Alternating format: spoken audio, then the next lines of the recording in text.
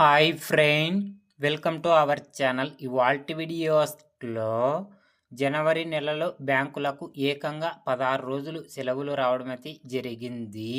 ఆ అప్డేట్ ఏంటో మనం ఇప్పుడు ఈ వీడియోలను తెలుసుకుందాము. మీరు ఈ వీడియోని ఎక్కడ స్కిప్ చేయనట్ల చివరి వరకు చూడండి.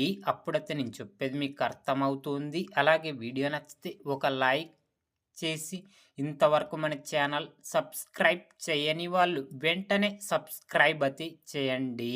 జనవరి 1 నూతన సంవత్సరం దినోత్సవం సందర్భంగా అన్ని బ్యాంకులకు సెలవులు.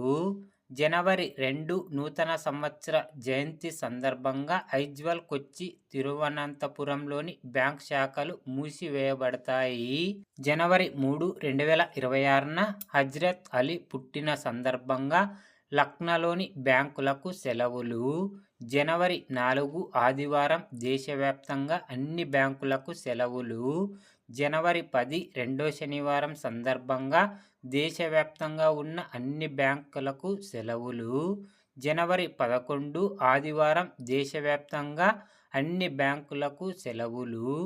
జనవరి 12 స్వామి వివేకానంద పుట్టినరోజు సందర్భంగా కోల్కతాలోని బ్యాంకులకు సెలవులు.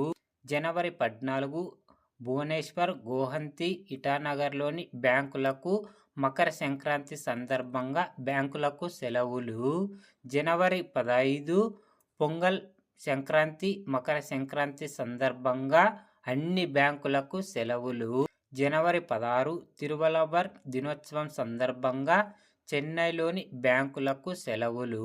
జనవరి 17 ఉలవర్ తిరునాల్ సందర్భంగా చెన్నైలోని బ్యాంకులకు సెలవులు. జనవరి 18 ఆదివారం దేశవ్యాప్తంగా అన్ని బ్యాంకులకు సెలవులు.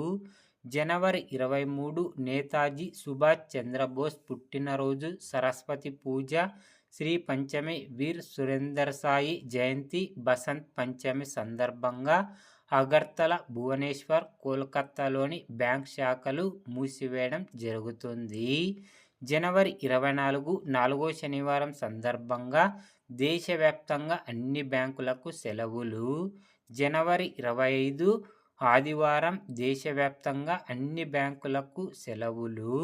జనవరి 26 గణతంత్ర దినోత్సవం సందర్భంగా అన్ని బ్యాంకులు మూసివేయడం జరుగుతుంది. Friend, thank you for watching my video.